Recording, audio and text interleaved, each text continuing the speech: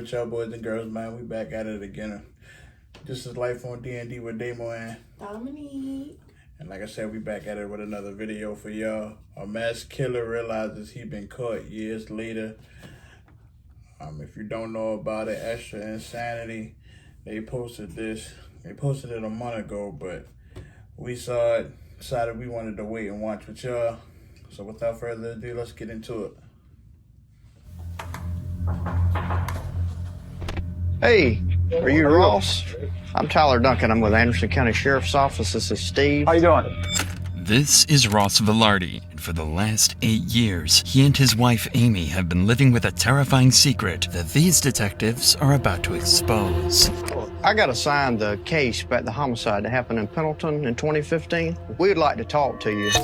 Amy's parents, Mike and Kathy, as well as Amy's grandmothers, Barbara and Violet, were brutally murdered inside their own home in 2015, leaving police with the grueling task of solving a quadruple homicide. As family members, we want answers.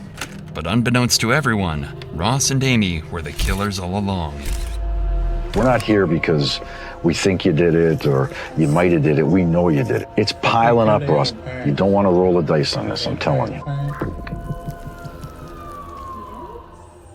On November 1st, 2015, Mike and Kathy Scott, alongside their mothers, Barbara and Violet, were found brutally murdered in their trailer home. Everyone was found with similar injuries, a slashed throat and a gunshot wound to the head made after they died. They were also found with knife wounds on their hands, indicating that each victim had tried to fight back before being killed. There were even bloody handprints on the doors and walls, showing that someone had even tried to escape after they'd been stabbed. The terrifying scene inside the trailer home would go completely unnoticed for the entire day, until, according to Amy, she went to check up on her parents and found them lying dead inside their home. And at around 12:30 that day, Amy decided to call 911. 911 was location of emergency.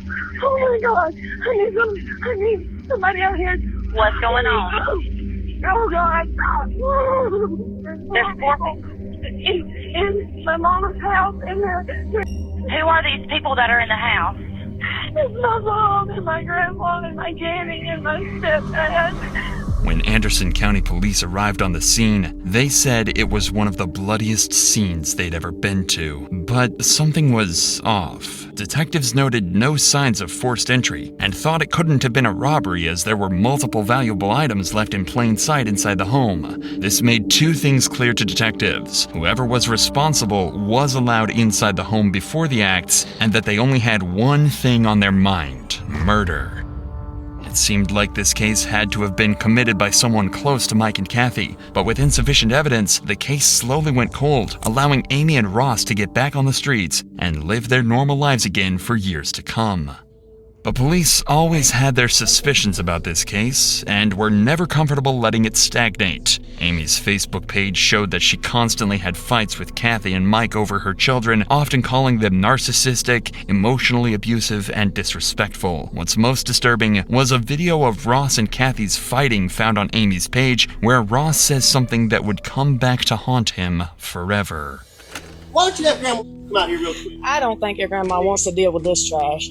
I'll show you, stop. Yep, see ya. Oh, In addition to this eerie statement from Ross, police found something that seems damning. They discovered a photo Mike had sent to a coworker just 2 days before his death, a couple of $100 bills. And inside Amy and Ross's trailer was a neatly organized stack of $100 bills, exactly the same serial numbers as Mike's. At the time, this was all treated as circumstantial, but slowly more coincidences would begin to...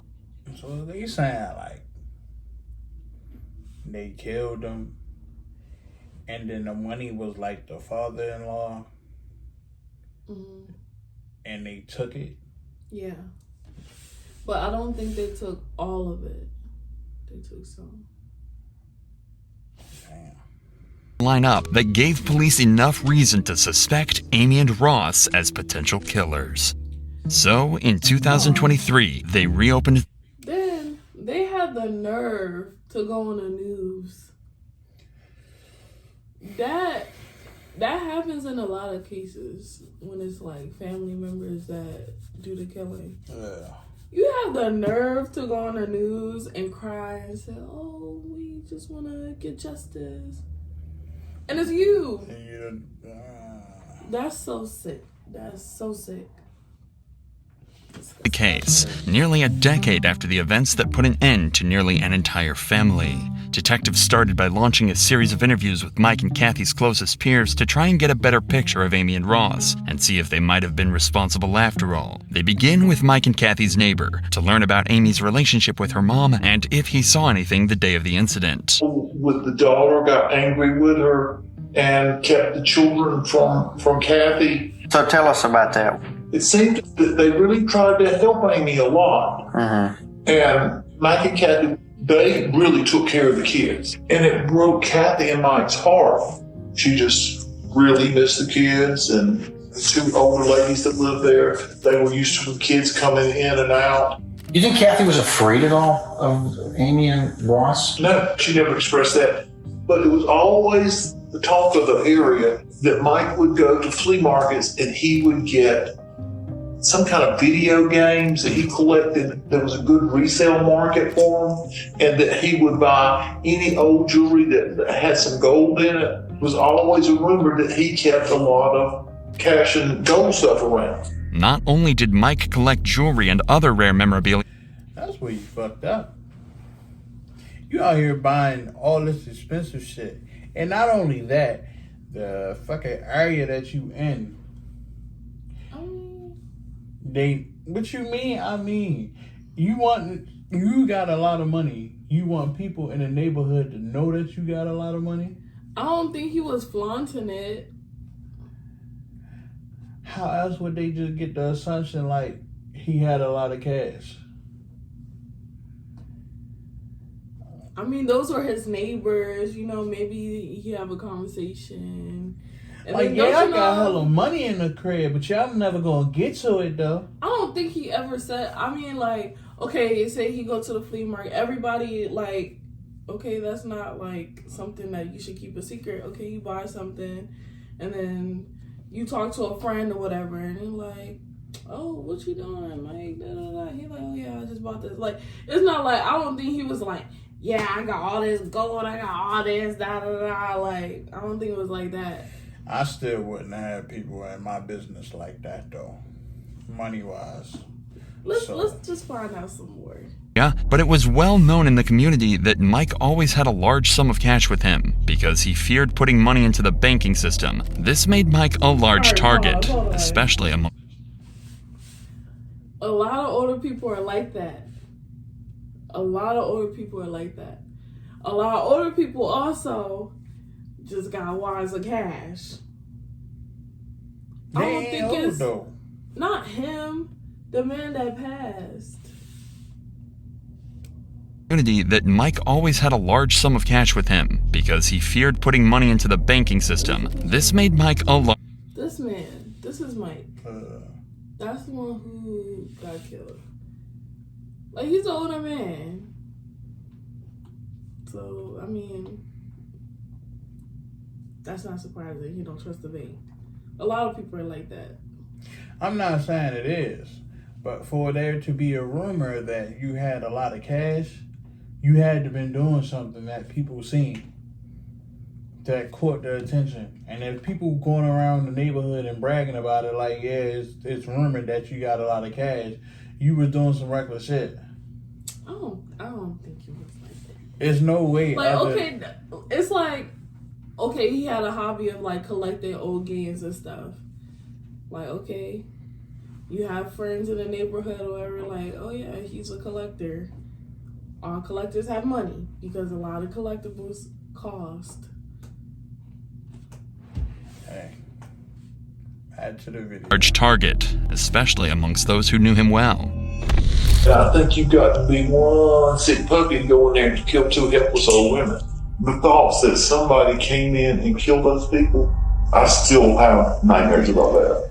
This tells detectives that the murder could have been done for financial reasons, especially since this fact wasn't a secret at all. Couple this with the fact that Mike's money was currently sitting safely inside Ross and Amy's safe at home. A picture is starting to form of what might have actually happened that night. But still, nothing is certain at all, and police next head to Roxy Voorhees, an ex-employee of Amy and Ross's, who worked at their pet grooming business during the months leading up to the crime. Roxy had spoken to Amy almost every day for months before the incident, so if anyone had some information to give, it'd be her. And they were exactly right. What they found was so sinister, it blew the case wide open.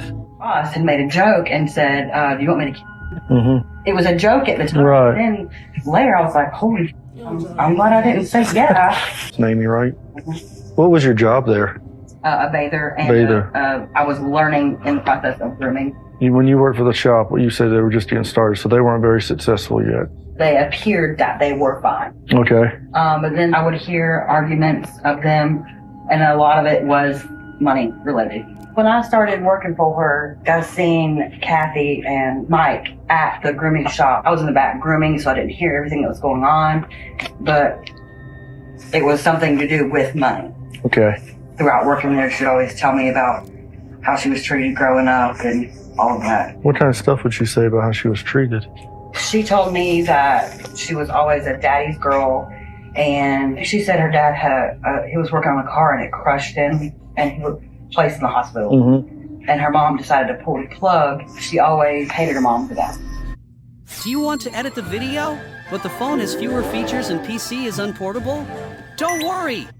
Detectives learned that their grooming business wasn't as successful as they claimed it was. Based on bank records collected by police, Amy and Ross's proven income in 2013 was $25,622. However, in 2014, Ross spent $14,200 on a Ram truck, $5,700 on a Mustang, $10,000 on a Harley FXE, and another $5,000 on a Harley XL. Close to $35,000 on luxury purchases, but an income of just $25,000. With these poor financial decisions, the couple needed money, and they needed it badly. In 2014, their business fell short, making just over $3,000 for the entire year. Things were bad, and they were on the brink of bankruptcy. So when the cops found $67,000 in cash hidden in their home, they knew something seriously strange was going on. Ross claims that he'd been saving the money for years, but detectives don't buy it at all. They're certain that, at a minimum, Ross and Amy had to have stolen from the house on the day of the murders. But to some extent, this was all known about 8 years ago, and it's still all circumstantial. For all the cops knew, Amy could have noticed the dead bodies in the trailer and grabbed the cash out of desperation before calling the police. So there had to be something that set this investigation apart from the one back in 2015. Even still in that matter though, he said it was like an act of they grabbed their money and then called 911 afterwards. Mm-hmm. How would they have known where the money was at? I mean, but that's her mom. Her mom and her stepdad house. So, like, she's gonna know. However, this case would take a complete 180 after detectives would find their most blatant, crucial piece of evidence yet. When going through all the CCTV cameras throughout the town on the day of the murders, police found footage of Ross walking out of a gas station that night. Nothing is suspect at first, until you look a little closer. The shoes he's wearing are Asics Gel Speedstar 5s, a model whose sole design just so happens to perfectly match the bloody footprints that were found inside the trailer. This claim was even confirmed by the shoe company themselves, and the pattern is unique to this specific model, making it clear to detectives that Ross Velarde is a cold-blooded killer. All the evidence had come together. The abundance of cash in Ross and Amy's home, Mike's $100 bills in Ross's safe, identical shoes to the killer, and an ugly past with Mike and Kathy. Police now believe they have everything they need to charge Ross and Amy with the murders. So, on December 11th, 2023, they decided that, like, really wasn't valid. Like, she was mad because her mom pulled the plug on her dad. But, like, I don't know how young she was, but, like, maybe her mom wasn't, like, financially stable to keep him alive. Because, you know, that cost. Like, I hope that, I mean, it shouldn't be a reason to kill your people, but I hope that wasn't like her main reason. I don't think she and money. understood that at the time though. Because if she got an attitude like that, she didn't know the extent of it or the reasons for why she did what she did. And she's still talking, like she was still talking about it as an adult to one of her like workers. Like, are you really mad at your mom like that? To confront Ross and Amy at their new home to finally uncover the truth about that night once and for all. Hey, are you Ross? I'm Tyler Duncan. I'm with Anderson County Sheriff's Office. This is Steve. How you doing? How's it going? I got assigned the case about the homicide that happened in Pendleton in 2015. Okay. Is Amy here? She here. So since she's the one that called 911, I think you were there also. We'd like to talk to you. If you want to come on out, we'll talk to you and then we can talk to her. Can you describe, I guess, your relationship with Mike and Kathy? I had a good relationship with Kathy. My relationship with Mike was really great, actually. It kind of turned sideways a little bit July 4th. So I think y'all had got married that year, is that right? Correct. In 2015? Yes, October 24th. The 24th. That would have been, what, about a week or so before? Yep. The last time that I saw Mike and Kathy was before Amy and I left to come down that Halloween. We had just gotten back from my mom and dad's. She went to knock on the back door, but the back door kind of just like was already cracked open or something like that. And that's when she apparently found the scene that they caught him. Cause remember when he was like, when they first looked, it didn't seem like it was no apparent way that it was forced open or nothing like that. It just looked regular. And it was just open. So right there, they caught him. Found. She went bolting back out of the house. I think she called 911 before she called me, if I remember correctly. So you didn't go over to the other trailer? No. Or to Mike and Kathy's trailer? Correct. I never went in that trailer that day. So after you last seen them, you never went in their place again? Correct. Yeah.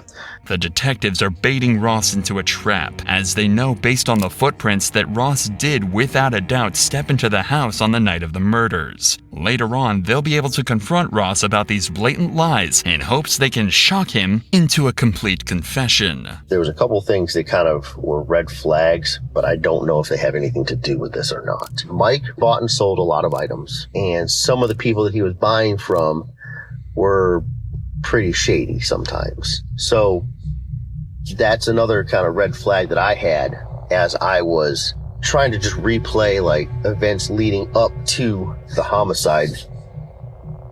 Should I have seen something? You're just starting out with this. If you were us, what would you do?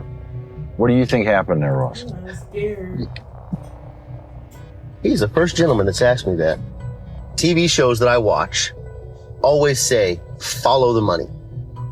And you find out where the real motives are. Ross is unknowingly digging himself into an even deeper hole. When the money is traced, it leads right back to his and Amy's pockets. But there's only so much Ross can do. The police aren't telling him that he's their main suspect, so all he can do is keep on lying, devastatingly unaware that they've already unraveled his entire scheme. They destroyed our business. From January to when this happened, I made just shy of $100,000 with our mobile grooming business. As soon as this happened, with all the media coverage, all of that went away because of this. And you said you had a large amount of money in your single wide. Is that where the money came from? The money that was in our single wide in my safe, about $80,000. That was literally the savings between Amy and myself. The detectives know Ross is lying through his teeth, but for the sake of having a civil conversation with Amy, they'll hold off on confronting and accusing Ross until after their talk with Amy. Just shovel the bullshit out of that front seat right now so Amy can get in. Mm-hmm. He's the victim, you know. Oh, I got that very quickly. But follow the money. Follow the money. You could tell that he's... Yeah, I saw him. And every time he's talking, he can't look at you in the face. I know. You got a tiger by the tail here, though, buddy. Don't think you don't. This is a career case, let me tell you. Your grandmother, and then obviously Mr. Scott and his mom. What do you remember? What can you help us with? Where should we look? Yeah, me and my therapist talk about that a lot. Obviously, you got to know finding people doesn't really leave you in the right state of mind. can do things to you. Yes, ma'am. And then everything that ensued, I mean, honestly, I can barely remember the funerals. Ross, tell us a little bit about like the relationship between, like, I guess y'all and the family.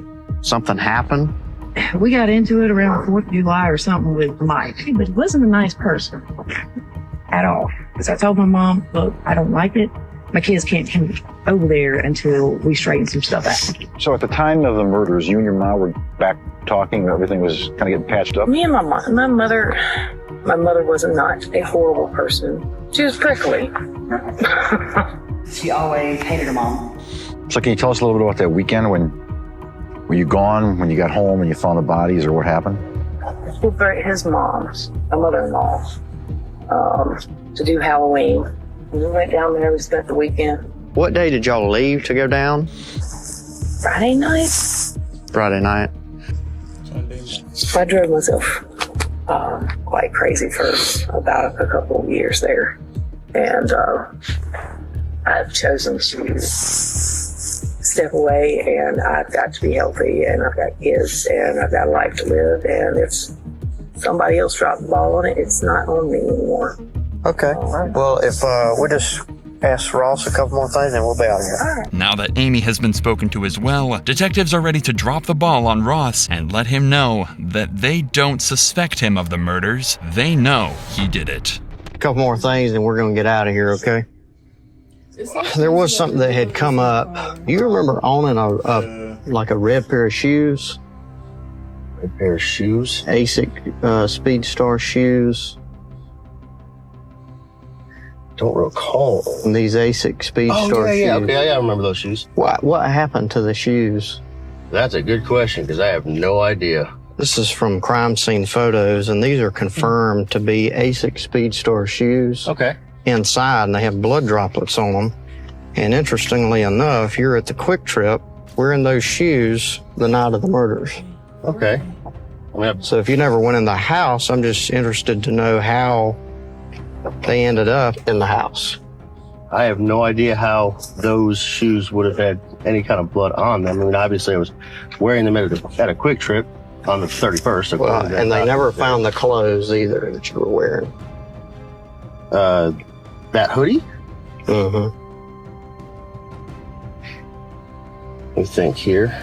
If y'all left on Halloween afternoon, but you're on video there, the timeline doesn't add up. The fact that your shoes are inside of the house in blood, that's a big problem. Again, I don't know where the shoes are at the moment, and I don't remember whatever happened to those particular shoes. If something were to have happened that I had done, it would be stupid for me to wear them into the house and then wear them after that, right? Well, that's what I'm saying. They were never found. So it's almost like you got rid of them. I highly doubt I got rid of them then, but I mean... Here's the bottom line, okay? Mm-hmm. So we know what happened, and we're about to prove it. Okay. So the opportunity for you is now. If you want to look out for yourself, is to really just to tell us what happened. If this was something that Amy put you up to doing, because obviously you have the skill set to go in here and do this, and y'all did benefit from the murders, okay, because you got a lot of money. We've been through your financials, okay? We did not get a lot of money from this. Y'all were struggling all up until the murders. The money found in your safe, there's money photos from Mike's computer that match the same serial numbers as the money that was found in the safe.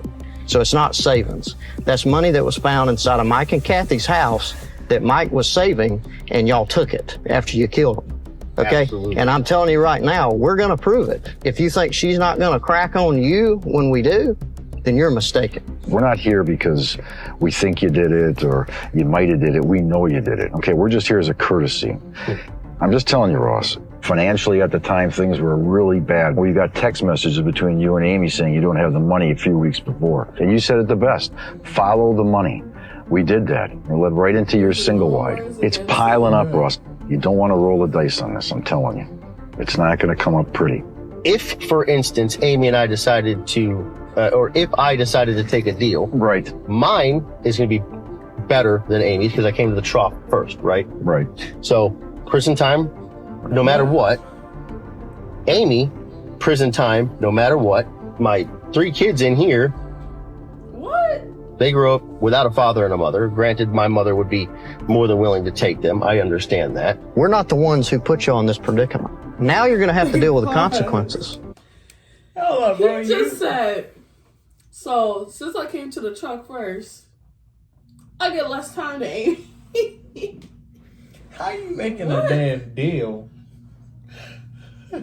So you admit that you did it, but since you came to the truck first, you get less time. I get less time. What? Okay. He might as well just say, put the cops on me right now. Go ahead. Her too. Just lock us up. Love you, Bob. 10, 20 years in prison.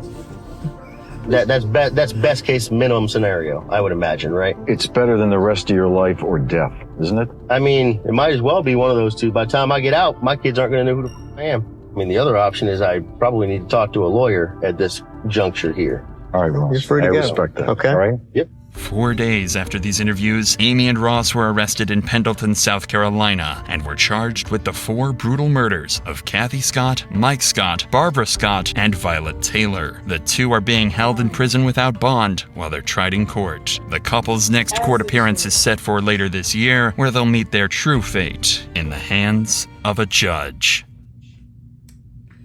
What the hell they get? I watched that. Mom horrifies her 12-year-old son confession. I seen that earlier. I ain't watch it, but I seen it pop up. This man basically admitted that he did it. And then weighed out his options in front of the detectives and said, well, okay.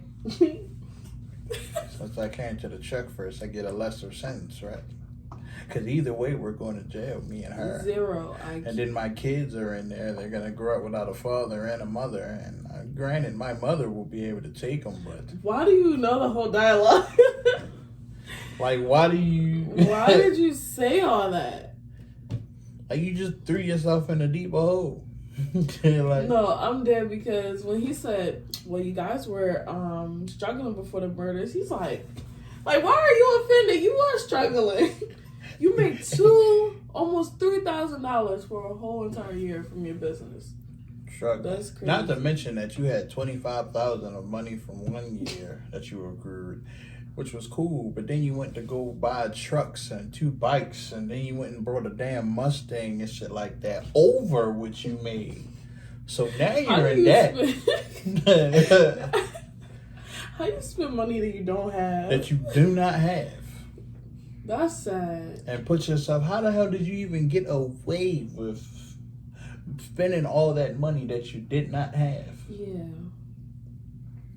So, and then the case was about to go cold until they started, what did they say, 8 years? It was like 8 years, something like that. That's too long.